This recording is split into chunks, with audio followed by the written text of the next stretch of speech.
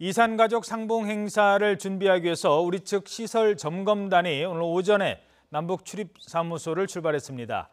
또 남북은 철도 현대화를 위해서 공동 연구 조사단을 구성하기로 하는 등 남북 교류 협력에 속도를 내는 모양새입니다.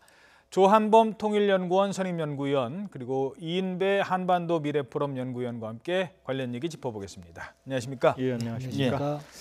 자, 먼저 오늘 오전에 이산가족 상봉 시설 점검단이 북측으로 갔습니다. 출경 전에 발언을 먼저 듣도록 하겠습니다. 예, 지난 6월 22일 남북 적십자회담 합의에 따라 8.15 계기 이산가족 상봉 행사 준비를 위한 시설 점검단이 오늘부터 방북합니다. 이산가족 상봉 행사를 차질 없이 치를 수 있도록 관련 시설을 꼼꼼하게 살피고 오겠습니다. 네, 시설 점검단 한 3년 가까이 지금 안 쓰고 있죠? 금강산 면에서. 그렇죠. 예. 그게 이제 2015년 추석 때 기억이 이제 있고요. 예. 그렇게 본다 그러면은 지금 개성에 있는 남북협력위원회 거기에 이제 남북 공동연락사무소를 만들기로 했는데 거기도 지하층은 침수가 돼 있고 여러 가지 배전이라든지 이런 부분이 상당히 문제가 많거든요. 그러니까 예. 금강산의 경우도 지금 이제 면에서도 있지만 숙소도 있고 예. 이런 부대 시설 전반적으로 지금 상태를 점검을 해야 되는데 저쪽이 지금 사용을 안 했습니다. 그렇기 때문에 금강산 관광도 중단된 지 오래됐고 예. 그렇기 때문에 아마 여러 부분에서 점검이 필요하고 아마 경우에 따라서는 뭐 수차례 기술진 포함해서 방북이 필요할 그런 상황으로 보여집니다. 지금 보면은 일반 건물도 한 3년 안 쓰면 뭐 거미줄에 전기는 제대로 돌아갈지 이런 것들을 좀 봐야 되는데 그렇다고 뭐 북측에서 그동안 여기를 좀 들여다봤을 리 만무하고요. 뭐 어떤 점검을 좀 해야 될까요? 뭐 금강산 측은 전적으로 면회 시설이로 돼 있는 곳이기 때문에요. 우리가 남북 이산가족 면회가 없는 그 상황이면 전혀 뭐 가동할 필요가 없었던 것이고요. 뭐 전기도 부족하니까는 굳이 전기를 가동해서라도 계속 이렇게 공기 환류를 시키거나 해야 되고 여러 가지 해야 될 텐데 전혀 하지 못한 상황이기 때문에 여러 가지 위성 시설이나 전부 다시 점검을 해야 되는 그런 상황입니다. 12층 건물이니까 예. 저걸 차근차근 다 전반적으로 보려면 2박 3일간 가서 보게 될 텐데 여러 가지 전기 시설부터 시작해서 여러 가지 다 검토를 해봐야 되는 그런 상황일 겁니다. 예. 혹시 금강산 면회소를 직접 가보셨습니까? 그 어느 규모나 되는 건물인가요? 지금 이제 숙소까지 있습니다. 숙소까지고 이제 대략 한 200명 정도 숙박이 가능하고요. 200여 동. 예, 200의 그 숙박 시설이 있고 그다음에 이제 대형 면회소가 있어요. 예. 그래서 500에서 한 600명 정도도 수용할 수 있는. 그러니까 상당히 규모가 크죠. 그러니까 저 시설을 만들었을 때는 우리 입장에서는 수시상봉, 그다음에 정례등 상봉의 전기화까지 염두에 둔 시설이기 때문에 시설 자체는 상당히 좋습니다. 그렇죠. 그러니까 우리를 생각하면은 어디 이제 리조트 이렇게 예약하고 놀러 가듯이 이제 가족들 거기 가서 예약하고 만날 수 있게 이런 것까지 염두에 뒀기 때문에 호텔을 만든 거잖아요. 네, 원래 저걸 만들 때 상시 면회소의 용도로 만들었습니다. 그러다 보니까 숙박시설 200여 개의 그 호실이 있는 그 숙박시설도 있어서 남북한 간에 언제든지 하시라도 그리우면 가서 만날 수 있게끔 이제 그러려고 만들어 놓은 건데 지금까지는 전혀 그렇게 사용하지는 못하고 있는 상황이죠. 예. 사실은 우리가 보면 100여 명 정도 한 번 만나고 나면 기다리는 시간 동안은 희망이라도 있고요. 한데요. 만나고 나면은 두 번 만나기는 어렵거든요. 지금 사실 뭐 그 대기자가 워낙 많기 때문에 두 번 뭐 상봉하기 어려운 상황이면 한 번 만나고 나면 이산 상봉 한 번 하고 나면은 그 기다림의 희망조차도 사라지기 때문에 더 큰 고통이 있는 그런 시간입니다. 그렇기 때문에 이번 차제에 뭐 장기적인 이야기도 했다 그러기도 해서 정말로 이 면회 시설이 상시 면회 시설로 쓸 수 있게 서로가 잘 합의가 됐으면 좋겠다는 생각도 듭니다. 예. 늘 이산가족 만날 때마다 숙제입니다. 하지만 그 숙제, 언제든 만날 수 있게 상설화한다는 것, 아니면 생사 여부라도 알 수 있게 해준다는 것 참 안 되고 있습니다. 자, 남북은 또 다음 달부터 철도 현대화를 위해서 공동 연구 조사에 착수하기로 했습니다. 김정열 국토교통부 2차관 그리고 북측의 김윤혁 북한 철도성 부상의 발언을 차례로 먼저 들어보시겠습니다. 앞으로의 역사, 또 앞으로의 발전을 위해서 아주 어깨가 무겁게 느껴집니다. 우리 사업에서 이 북남철도 협력 사업이 이 경기와 같은 이런 역할을 한다고 말할 수 있습니다. 예, 이 부분은 좀 쉽게 좀 설명 부탁드리겠습니다. 이 일단 북한 철도, 남북한 철도 연결 이미 돼 있지 않나요? 지금 보면은요, 예. 선이 남북을 연결하는 선이 3개가 있습니다. 예. 그러니까 소위 말하는 이제 그 서울에서 신의지로 가는 선이죠. 그다음에 동해선이 있습니다. 이건 이제 제진에서부터 금강산까지는 금강산관광 때문에 이미 연결이 돼 있는데, 이제 문제는 이제 경원선이 있어요. 경원선은 백마고지에서 그 북측 평강까지가 지금 단절돼 있습니다. 예. 여기 이제 복원을 해야 되는 거고, 예. 이쪽 경의선 같은 경우는 사실은 지금 부산에서 출발하면 기차가 이론적으로는 베이징까지 갑니다. 연결이 돼 있기 때문에. 예. 그다음에 이제 문제는 지금 북쪽 철도가 지금 상태가 매우 안 좋아요. 아, 그렇습니까? 그러니까 지금 엄밀히 말하면 다 연결한다 그러면 사실 연결 사업은 경원선 쪽에 한 20여 킬로미터도 안 되는 구간만 연결하면 되는 거고. 연결만 근데 하면은 되는 거지만 그렇죠. 이제 기차가 달리려면 일단 철길이 좋아야 되잖아요. 그럼 일단은 북측 철도는 대부분 단선이고요. 아, 그다음에 노후화돼 있기 때문에 사실 우리 측 기준으로 그러니까 좀 심하게 말하면은 북한 철도는 사람이 걷는 것보다 조금 빠르다고 보시면 됩니다. 아, 사람이 걷는 것보다 조금 예, 시속 한 20km 정도, 예. 20km 정도 되거든요. 단선이라는 건 이제 선이 하나밖에 없다. 네, 선이 왕복으로 가는 게 아니라 하나 가고 기다렸다가 올 그렇죠. 때까지 또 가야 되는 거죠. 그러니까 북한 철도가 중요한 것은 이제 북한의 경제 발전을 위해서도 이 SOC가 필요하지만 우리 입장에서는 중장기적으로 대륙으로 가는 루트를 확보하는 거거든요. 예. 그러니까 엄밀히 보면은 전면적인 개보수가 필요한 상황이고, 그러니까 어. 철도 연결 사업이라기보다는 북한 측 철도 현대화 사업 이런 편이 훨씬 더 좋은 거고요. 예. 근데 단절 구간은 뭐 지금 말씀드린 경원선 일부 구간, 그다음 우리로 보면 이제 이 포항에서 강릉까지 구간들을 연결하는 사업이 이제 필요한 상황이죠. 예. 남북 간의 철도를 연결한다. 이게 어떤 의미가 있는 겁니까? 크게 봤을 때는요. 보면은 이제 우리로서도 이제 사실 남북한이 분단됐기 때문에 섬 같은 나라죠. 우리 대한민국 같은 나라. 예. 상이 북한이 통로가 안 되기 때문에 그것이 연결된다는 것은 대륙으로서 우리가 이제 진출할 수 있는 통로가 되기 때문에 반도 국가가 우리로서도 철길이 없는 거잖아요. 그렇죠. 예. 우리로서도 이제 섬 나라가 아니라 그야말로 이제 반도 국가로서 대륙 진출할 수 있는 틀이 생기는 거니까 중요한 사업이긴 합니다. 더더욱이나 북한으로서 더 중요한데 수송 물자의 90%가 철도를 이용하고 있습니다. 그 인편은 60%가 철도를 이용하고 있고, 그러니까는 굉장히 중요한 사업이죠. 앞서 말씀하신 것처럼 이게 또 단선이기 때문에 갔다가 되돌아와야 되기 때문에 사실은 배의 시간이 필요한 상황이고, 하다 보니까 여러 가지 어렵습니다. 거기다가 80% 정도가 철도로 돼 있고 전철로 되어 있기 때문에 전설도 전기 사업도 중요합니다. 지금 여러 가지 사실은 이게 철도 하나 깔리는 것도 중요하지만 부대 시설들 그야말로 전력 사업도 다 해야 되고 하는 사업이기 때문에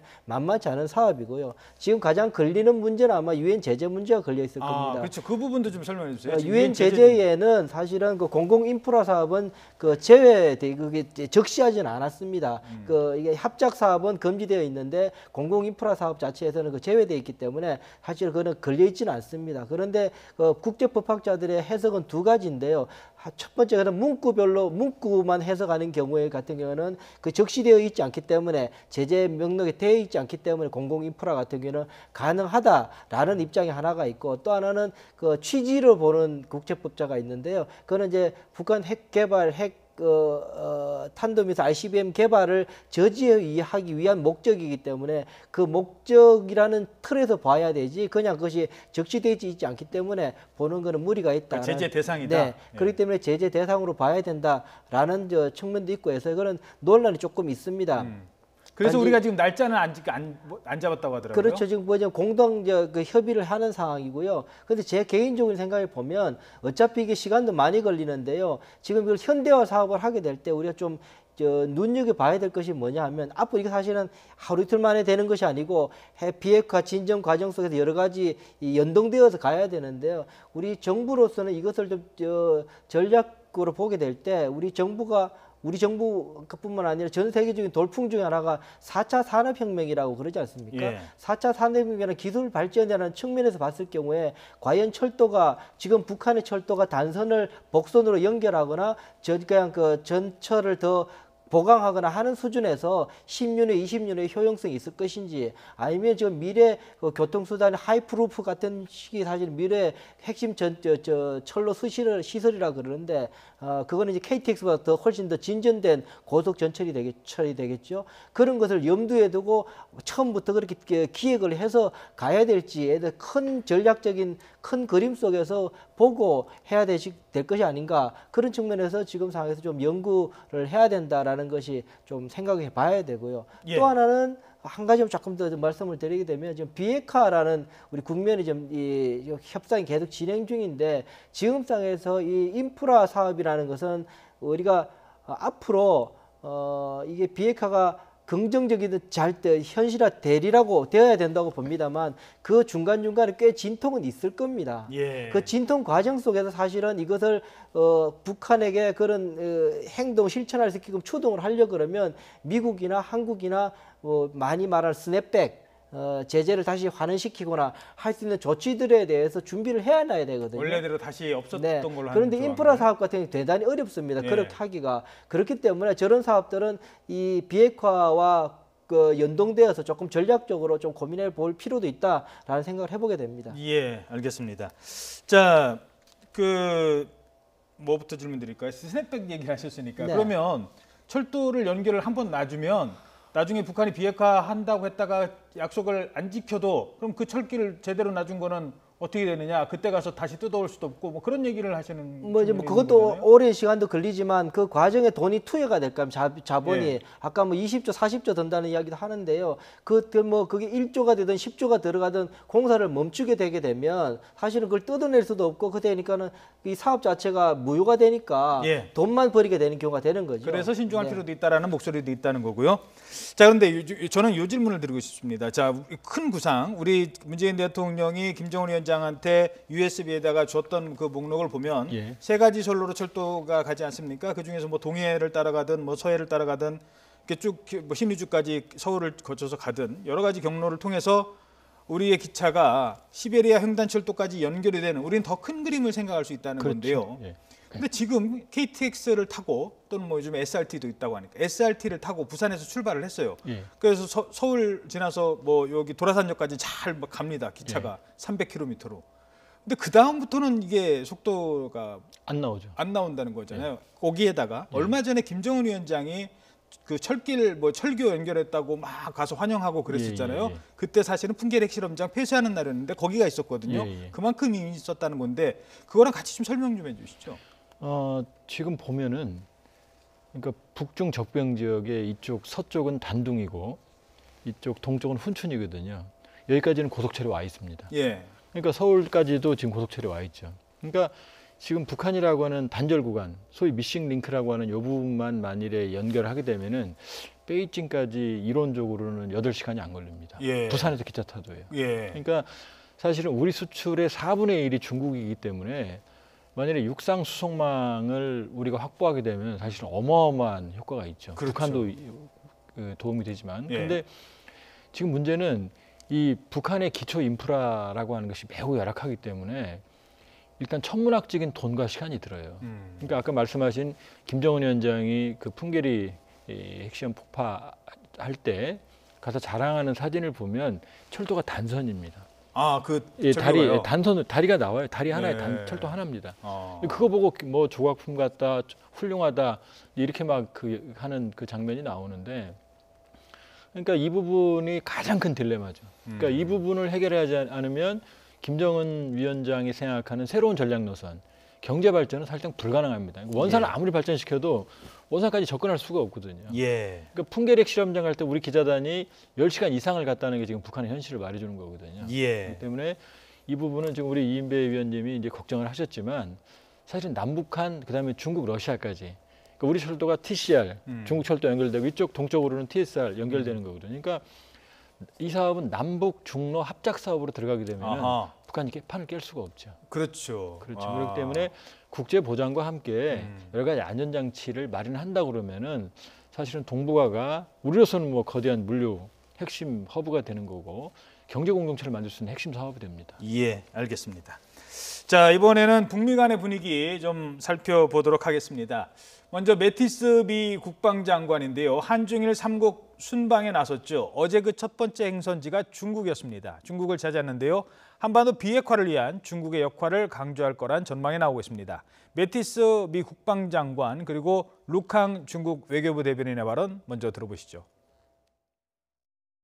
Alongside the People's Republic of China and Japan, the United States and the Republic of Korea have a common goal. That's the complete, irreversible, and verifiable denuclearization of the Korean Peninsula. 双方早已经商定和拟议中的一个访华，其实是你从美方也已经获得了这样的一个信息。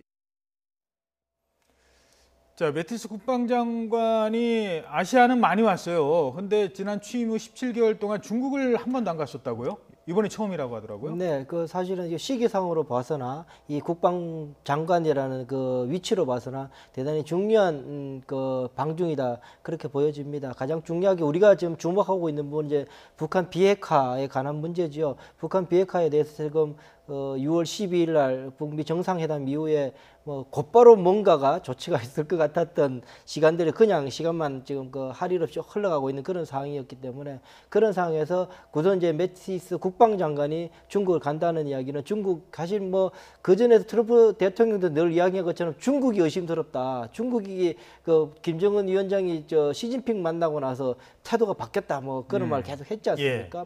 어쨌든 이런 상황들을 북한의 비핵화를 행동으로 이끌어내기 위해서 가장 중요한 것 중에 하나가 중국의 태도라고 보고 있는 것 같고요. 그런 입장에서 매티스 국방장관이 가서 중국으로 하여금 어쨌든 이것이 이 외교적 해법으로 가능한 그 틀에서 있으려 그러면 중국의 입장이 대단히 중요하다. 그런 입장에서 제재 문제나 여러 가지에 대해서 좀 단호한 입장을 취하지 않을 것인가라는 생각이 들고요. 또 하나는 보면은 지금 중국하고 미국하고는 대만 문제 뭐 등등을 둘러싸고도 굉장히 지금 실경이 많이 벌어지고 있습니다. 뭐 3월 달에는 여행 자유법이 통과돼 이게 고위급끼리는 대만과 미국 간의 고위급끼리는 자유 왕래가 가능할 수 있게 하는 법이 3월 달에 트럼프 대통령이 서명하기도 했고요. 예. 뭐 했기 때문에 여러 가지 문제를 지금 협의해야 되는 그런 상황입니다. 예. 그 어떻게 보십니까? 주 박사님은 그 지금 매티스 국방장관이 중국에 간 거 어떤 의미가 있다고 보십니까? 그러니까 지금까지 한 번도 안 갔죠. 매티스 장관이. 그러니까 결국 중국이라고 하는 문제를 해결하지 않고서는 지금 비핵화 부분도 사실 난망하거든요. 왜냐하면 지금 트럼프 대통령도 언급에 지금 뼈가 있는 게 지금까지는 중국이 중요한 순간에 국경을 잘 막아줬다. 예. 그런데 요즘은 난인 것 같다 조금. 앞으로 안 그럴 수도 있다 이런 발언을 하고 있거든요. 그러니까 결국 북한 김정은 위원장이 비핵화 협상에 파격적으로 나온 핵심적인 원인 중에 하나는 대북 제재거든요. 예. 대북 제재가 지금 효과가 지금 언론에는 별로 지금 안 나타나고 있지만 북한 내에는 거의 질식 상태입니다. 그러니까 시장이 거의 뭐 짓눌려 있는 상황이고요. 예. 그렇게 본다 그러면은 대북 제재만 완화된다 그러면 김정은 위원장 입장에서는 지금 여유를 가질 수 있거든요. 근데 트럼프 대통령이 지금 양보하는 것 같지만 강력히 압박을 하는 거거든요. 예. 지금 대북 제재 얼마 전에 계속 하기로 했잖아요. 그렇죠. 그러니까 군사훈련 중단도 이게 양보가 아니라 양보를 통한 강력한 압박이거든요. 그런데 만일 중국이 뒷문을 열어준다고 그러면 물론 단동 소식을 보면은 합법적으로는 지금 대북 제재를 유지하고 있습니다. 그러나 중국이 단독으로 취했던 조치들이 있어요. 뭐 엔진 오일이라든지 화학 제품이라든지 그런 것들 다 풀어줬습니다. 예, 이미. 예, 이미. 그러니까 이 부분을 지금 불법은 아니죠. 예. 북한이 중국이 단독으로 취한 조치들이니까. 근데 이제 이게 감지가 된 거죠. 예. 그러니까 매티스 장관이 결국 비핵화 로드맵에 대한 중국의 강력한 협력을 요구할 가능성이 높습니다. 예, 그렇군요. 자, 그런가 하면 지금 뭐 움직이는 장관들이 많습니다. 폼페이오 국무장관인데요. 얼마 전에 회의 때 트럼프 대통령이 폼페이오는 지금 미국 갔죠라고 옆에 있는데 일부러 들으라고. 아니, 왜 지금 미국 간다 곧 갈 것 같다는 얘기가 계속 나오고 있는데 폼페이오 국무장관 왜 지금 북한 방문을 늦추고 있을까요? 지금 뭐 우선 북한 내부에서는 협상자가 아직까지 정확하게 밝히지 않은 상황이어서 그 이제 외무성 대미 라인으로 갈 건지 아니면 지금까지 있었던 정보 라인 김영철을 쓸 건지에 대해서 내부적으로 좀 고민이 있는 아하. 사항이 있다는 생각이 하나 드는 부분이 하나가 있고요. 예. 또 하나는 제가 볼 때는 더 중요한 문제는 이게 원론적으로 폼페오가 김정은 위원 지금 사진 나오지만은 저 상태 때 미국의 요구 사항을 전했고 그래서 뭐 알았다라고까지는 했는데 이것을 이제 최선희 성킴 간에 아주 세부적인 행동 절차를 논의하는 과정 속에서 서로 간의 시퀀스가 안 맞고 있는 것 아닌가. 이게 절차가 안 맞는다는 건 서로 딴 생각을 하고 있다는 생각이 드는 것이고 그것이 지금 지금도 지금 이 유해 송환 협상 때문에 폼페오 부하들이 몇 명이 들어가 있다라고 지금 이야기를 하고 있지 않습니까? 국무부 직원들은 가 있지만 네. 그렇다면 그 속에서 또 한번 거기에 대한 문제들도 논의될 가능성이 있는데요. 거기에 대해서 특별하게 진전된 서로 간의 이야기들이 없으니까 폼페오 국무장관도 못 들어가고 있는 것 아닌가라는 생각이 듭니다. 뭐 일각에서는 이것이 지난번에 판문점 때 상당 부분 합의가 되었다고 이야기가 굉장히 많이 있었는데 북미 정상회담 후에 지금까지 제가 볼 때는 어떠한 정황도 북미 간의 그런 행동 절차에 대해서 합의가 뭐 더 구체적으로 진전된 사항은 없었던 것 아닌가라는 생각이 들어서 그 문제가 지금 가장 풀리지 않아서 폼페오도 못 들어가고 있는 것 아닌가 생각이 듭니다. 예. 자, 그리고 지금 또 하나 이제 짚어봐야 될 게요. 미국이 그러니까 트럼프와 김정은이 싱가포르에서 만나기 전까지만 해도 미국이 북한에 요구하던 비핵화는 크게 이제 두 가지 측면에서 하나는 CVID였습니다. 하지만 CVID 중에서 그냥 완전한 것만 합의를 했고 나머지 부분은 아직 합의를 뭐 아직 제대로 못 이루고 그냥 끝났어요. 막 그렇다고 해서 안 하겠다는 건 아니겠지만 그리고 또 두 번째는 속도였습니다. 미국은 계속 즉각적인 비핵화를 요구했습니다. 김정은은 단계적 비핵화를 얘기했고요. 아니다, 즉각적이다. 그래놓고 2년 정도는 시간 안에는 해야 된다라고 했는데 오늘 알려진 바에 의하면은 폼페이오가 비핵화의 시간표는 없다. 이 얘기는 그동안에는 빨리 해라고 하더니 이제는 시간적 여유를 두는 것 아닌가라는 해석이 나오고 있습니다. 그러니까 우리가 이제 트럼프 대통령도 그렇고 폼페이오 장관도 그렇고 발언 하나하나에 의미를 둘 필요는 없고요. 예, 물론 큰 틀에서 보면 시간표가 없을 리가 없죠. 시간표는 없을 리가 없고요. 역시 말했던 대로 적어도 그러니까 이론적인 완전한 의미의 비핵화는 수십 년이 걸립니다. 그러나 핵심적으로 그러니까 교량으로 보면 교량을 못 쓰게 할 때 10개 교각을 다 파괴할 필요 없거든요. 13579만 사이사이만 파괴해도 교량은 못 쓰게 되거든요. 그렇죠. 아마 그게 지금 북한 비핵화의 로드맵입니다. 그러니까 핵심적인 주요 비핵화를 트럼프 대통령 임기인 2020년까지 한다가 제가 보기에는 이미 합의된 시간표일 것 같고요. 예. 그다음에 이제 문제는 즉각적인 신속한 비핵화 조치인데 그것도 지금 말하는 풍계리나 지금 엔진 사이트 실험장이 아니고 미국이 원하는 건 핵심 조치입니다. 그러니까 영변에 있는 핵물질 생산 시설, 원자로, 그다음에 농축 우라늄 원심 분리기 이걸 HEU. 셧다운 폐기하거나 아니면 볼턴이 얘기했던 ICBM, 핵탄두, 핵물질 전부라고는 말 안 했어요. 일부라도 조기에 반출해라는 거거든요. 그러니까 이 부분을 가지고 큰 틀에서는 이미 일괄타결을 했고 단계로 쪼개기도 합의했고 단계를 다 완성하지 않아도 대북 재단의 보상을 시작한다는 쪽에서는 절충이 된 것 같아요. 언급을 종합해 보면.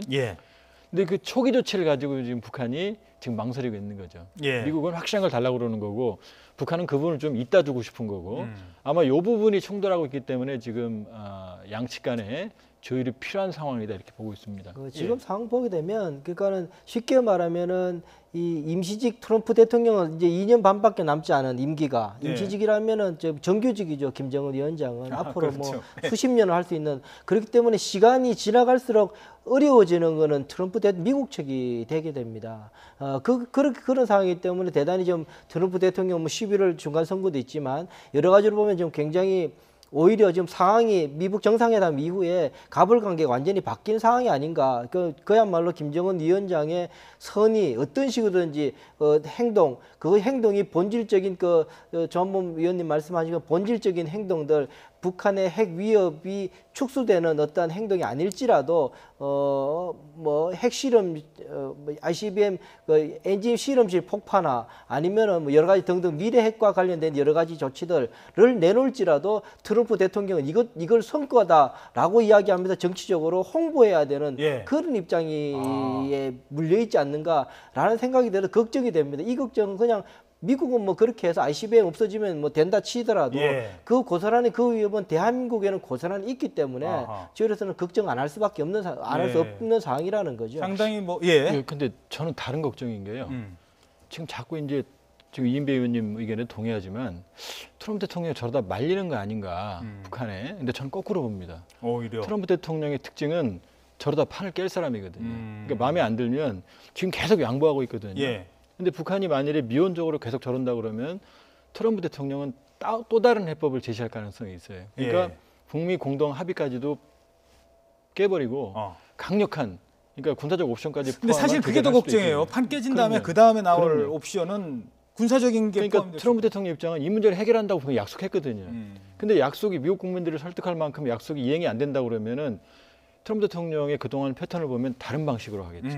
그러니까 저도 이제 예, 그 말씀, 반론 위험성이 좀 있죠. 드려요. 예, 그 말씀이 사실은 말을 하기가 싫어서 사실은 너무 마음이 무거워서 트럼프 대통령이 그 카드까지 꺼내는 순간은 이게 정상 간의 만남이라는 그래서 굉장히 조심스러웠고 예. 저도 그렇게 봤던 부분인데 정상 간의 합의조차도 안 되면은 외교적인 해법이라는 카드 자체가 굉장히 다 소진됐다라는 그것이 증명되는 것밖에 없거든요.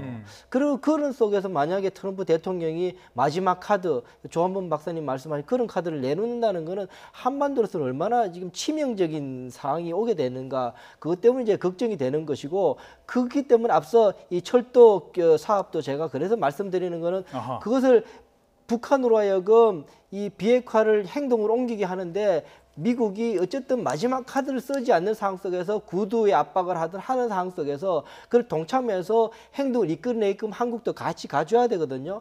그렇게 하게 될 때 너무 우리가 많이 가 있으면 인프라 사업이나 이 접촉면을 너무 말려가서 협력 사업을 너무 많이 가 있으면 예. 사실은 미국의 압박 자체가 외교적 틀 내에 있는 압박 자체가 무력해질 수가 있습니다. 예. 그렇게 되면 그야말로 한반도는 굉장히 어려운 상황이 될까봐 뭐 그래서 제가 말씀을 뭐 좀 그렇죠. 자제해서 말씀을 못 드리고 있었던 거죠. 아침부터 국민들께 전쟁 이야기 하는 것 같아서.